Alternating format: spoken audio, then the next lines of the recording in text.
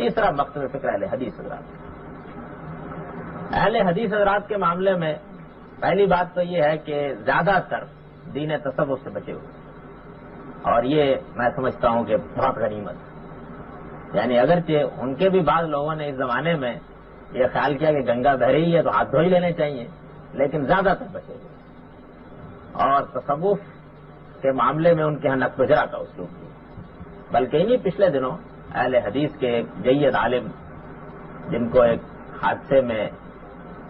شہادت کا شرف حاصل ہوا، علامہ احسان اللہ صاحب ظہیر، ان کی کتاب تصوف پر چھپی ہے، پڑھ لیجئے۔ انہوں نے بہت عمدہ طریقے پر قرآن و سنت سے اس کا تباعد واضح کر دیا اور بہت اچھے طریقے سے یہ بتا دیا ہے کہ قرآن و سنت میں جو چیزیں اساسات کی حیثیت رکھتی ہیں یہ ان کے بالکل خلاف ہے، یعنی ان کے ہاں نہ صرف یہ کہ اس سے تواحش ہے، یہ چیز ان کے فکر میں موجود نہیں ہے، بلکہ اس پر نقد و جرا بھی، اور میں سمجھتا ہوں کہ اس کی تحسین کرنی چاہیے۔ تقلید کے معاملے میں تو یہ معلوم ہے کہ وہ بہت عرصے سے مورچہ باندھے ہوئے ہیں کہ اس کی کوئی گنجائش نہیں، بلکہ اس سے آگے بڑھ کر کہتے ہیں کہ شرک ہے۔ میں بھی مانتا ہوں کہ اس میں کوئی شبہ نہیں ہے کہ اگر عامت الناس تو خیر مجبور ہوتے ہیں، لیکن علماء بھی اس کو ایک دین بنانا چاہیں تو یہ شرک تک نوبت پہنچ جاتی ہے، تو انہوں نے اس کے خلاف بہت کام بھی کیا، اس کی تحسین کرنی چاہیے، اور اس کے نتیجے میں ہمارے ہاں بہت جمود بھی ٹوٹا ہے، اور جمود ہم لوگ تو خیر علمی مجالسی میں توڑتے رہتے ہیں، انہوں نے دیہات میں جا کر توڑا، دور دراز کریوں میں جا کر توڑا ہے، اس کی جتنی بھی تحسین کیجیے کم ہے۔ چنانچہ وہ چیزیں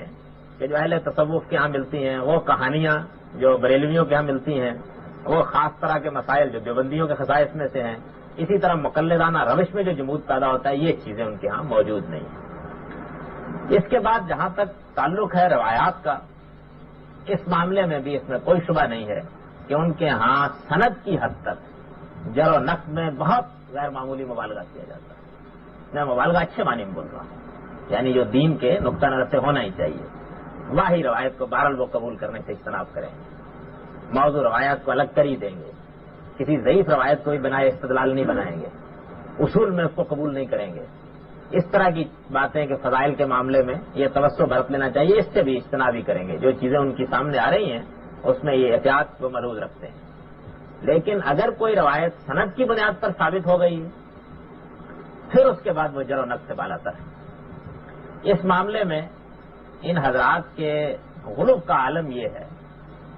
کہ یہ کہتے ہیں کہ اللہ تعالیٰ نے، یعنی یہ تقریر یوں کرتے ہیں اپنے مدعا کی کہ اللہ تعالیٰ نے اپنے دین کی حفاظت کی ذمہ داری لی، اللہ تعالیٰ نے دین کی حفاظت کی ذمہ داری لی ہے، تو آخر یہ حفاظت کیسے ہوگی؟ یہ حفاظت محدثین کے ذریعے سے ہو گئی، اور محدثین کے کام میں سے بالخصوص بخاری و مسلم کو تو امت کے اندر ایک تلقی بالقبول بھی حاصل ہو گئی، یعنی امت میں عام طور پر ان کی بات کو قبول کر لیا گیا۔ اب ظاہر بات ہے کہ یہ تو طے ہی ہے کہ امت معصوم ہے، مقدمہ یہ قائم کرتے ہیں، یعنی پوری امت وہ غلطی نہیں کر سکتی۔ کہا جاتا ہے نا کہ لا تستوی امتی علی الضلالہ وغیرہ، جس پر میں بحث بھی کر چکا ہوں اجماع کی بحث میں۔ تو یہ جب مقدمات ہیں تو ایک درجے کی عصمت تو حاصل ہو گئی محدثین کے کام کو۔ اب یہ عصمت اگر حاصل ہو گئی ہے تو بہرحال اس میں اب آدمی کو قدم نہیں رکھنا چاہیے، الا یہ کہ خود اسی فن کے اصولوں کے اوپر کوئی نقد و جرا وغیرہ کر لی جائے۔ ان کے موقف کی اساس کیا ہے؟ اس زمانے کے ایک جلیل القدر اہل حدیث عالم شیخ الحدیث مولانا محمد اسماعیل صاحب سلفی اس معاملے میں لکھتے ہیں کہ راوی نہ معصوم ہے، نہ آج تک کسی نے ان کی عصمت کا دعویٰ کیا، نہ ایسا ممکن ہے، البتہ مجموعی لحاظ سے فن حدیث پر عصمت کا ظن غالب ہے۔ جس طرح حفاظ کو اللہ تعالیٰ نے توفیق عطا فرمائی کہ وہ قرآن کو محفوظ رکھ سکیں، یعنی ہر حافظ معصوم نہیں، لیکن قرآن کے حفظ کی اللہ تعالیٰ نے ان کو توفیق دی، اسی طرح حفاظ حدیث کو اللہ تعالیٰ نے توفیق مرحمت فرمائی کہ وہ اس کی حفاظت فرما سکیں۔ اجماع امت میں ہر فرد معصوم نہیں، لیکن بحیثیت مجموعی اجماع میں مجتہدین کو عصمت کا مقام حاصل ہو جاتا ہے۔ تلقی بالقبول میں بھی یہی صورت ہے، اگر حدیث دین ہے تو اس کی حفاظت کا ذمہ دار حق تعالیٰ کو ہونا چاہیے۔ یہ حفاظت حفاظ حدیث ہی کی معرفت سے ہوئی ہے، اس لیے مجموعی حفاظت اور اجتماعی عصمت سے ان کو یقیناً حصہ ملا ہے۔ ہم یقین رکھتے ہیں کہ اگر اس سے کوئی چیز ضائع ہو چکی ہے یعنی دین میں سے،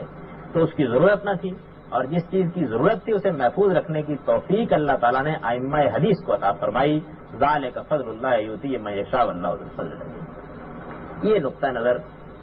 ہمارے ہاں محدثین کے کام کے بارے میں اہل حدیث کے اکابر علماء کا ہے۔ اس نقطہ نظر کا نتیجہ کیا نکلتا ہے؟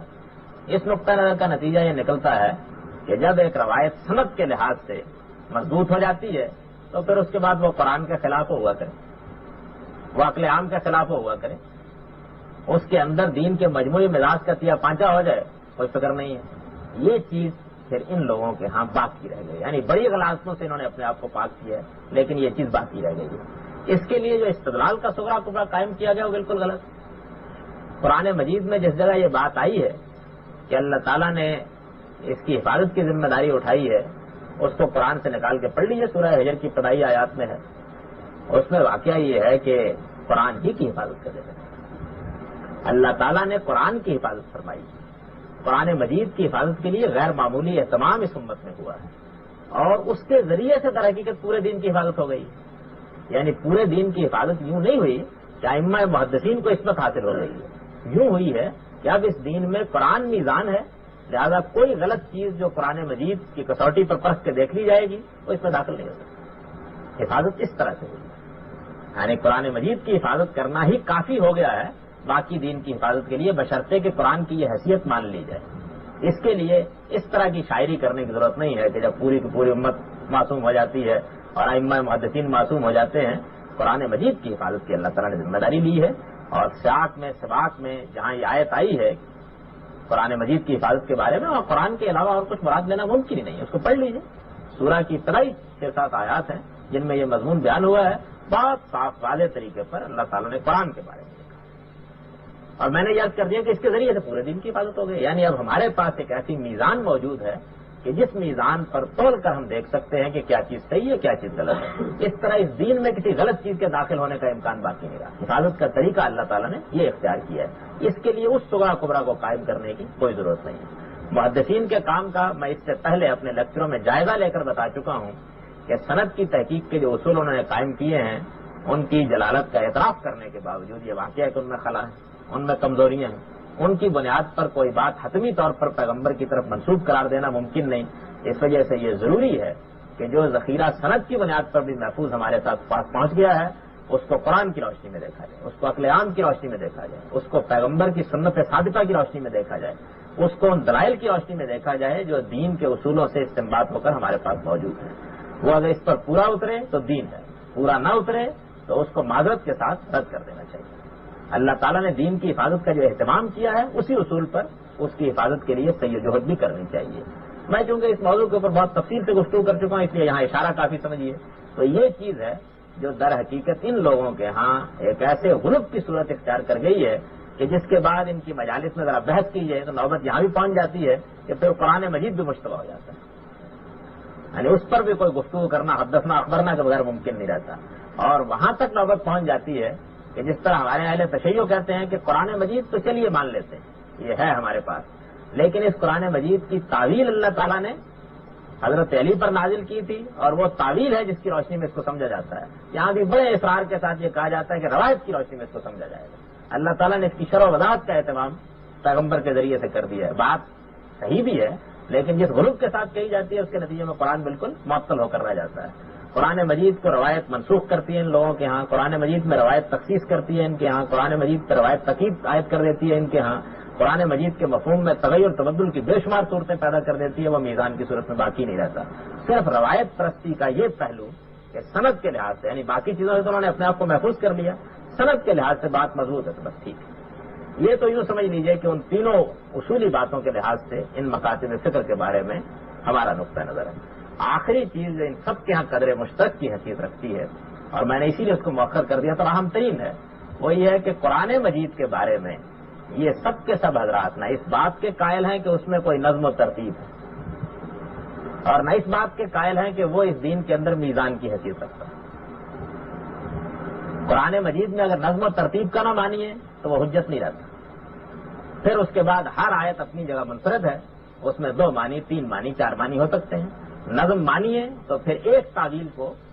پہنچنا ممکن ہو جاتا ہے، اور اسی صورت میں قرآن حجت بنتا ہے، قطعی الدلالت ہوتا ہے۔ اور اگر اس کو میزان نہ مانیے تو پھر پورا کا پورا دین مشتبہ ہو جاتا ہے۔ یہ دونوں باتیں کہ قرآن مجید میں نظام ہے اور قرآن مجید ایک میزان کی حیثیت رکھتا ہے. میں تدبر قرآن کے بارے میں اپنے نقطہ نظر پر لیکچر دیتے ہوئے بہت تفصیل سے بیان کر چکا ہوں. اس معاملے میں سب کے سب مشترک ہیں اور بہت سی وہ خرابیاں اور بہت سے وہ غلط نظریات اور بہت سے وہ عقائد اور بہت سے وہ توہمات اور بہت سے وہ اشکالات جو ان تینوں مکاتب فکر کی مشترک میراث ہیں وہ اصل میں اس آخری اصول کو نہ ماننے کی وجہ سے پائے جاتے ہیں. اقول قولی ھذا واستغفر اللہ لی ولکم.